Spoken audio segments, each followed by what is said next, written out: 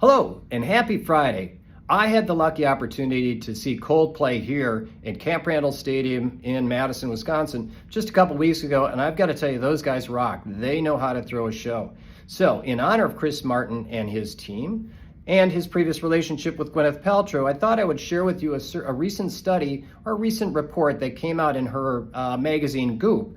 And it turns out it was highlighting the story of a 30-year-old woman who's a New Yorker, a female, who actually underwent a facelift in her 30s. Well, it turns out that she had previously had a radiofrequency microneedle device called Morpheus 8, and it had melted enough of her fat of her face that she actually felt more aged and therefore obligated to get a facelift. Well, the article actually highlighted 3 different driving forces as to why we're seeing facelifts at such a young age. And the first one is these devices.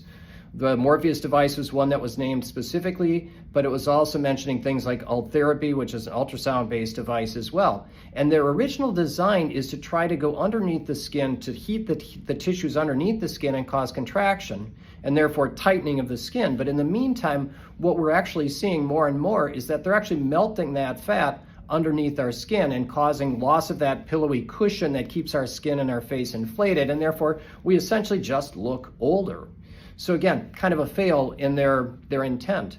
The second reason, of course, is social media and all the pressures that we're seeing or feeling in order to try to look our best or airbrushed or finished at all times.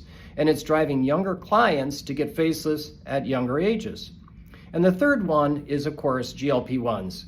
Now, another recent study showed that right now, 1 in 8 Americans have now actually tried GLP-1s. And about 6% of Americans right now are currently using GLP-1s.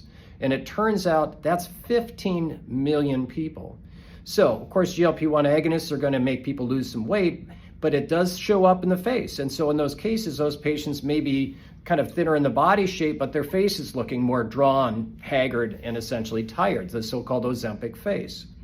Now, to go back to the Goop article, the article tried to kind of argue that it was an operator-dependent issue, that these radiofrequency microneedle devices are known to do really nice tightening devices, but can, in the wrong hands, cause this fat atrophy. And I'll just tell you my own personal experience, because we had one a couple of years ago, and it was just did perform so poorly, we really had to get rid of it. It turns out that, yes, we did have some patients that we saw fat atrophy with them. So again, I will say from my own personal experience that I think that they're really not a great opportunity for patients in their anti-aging regimen.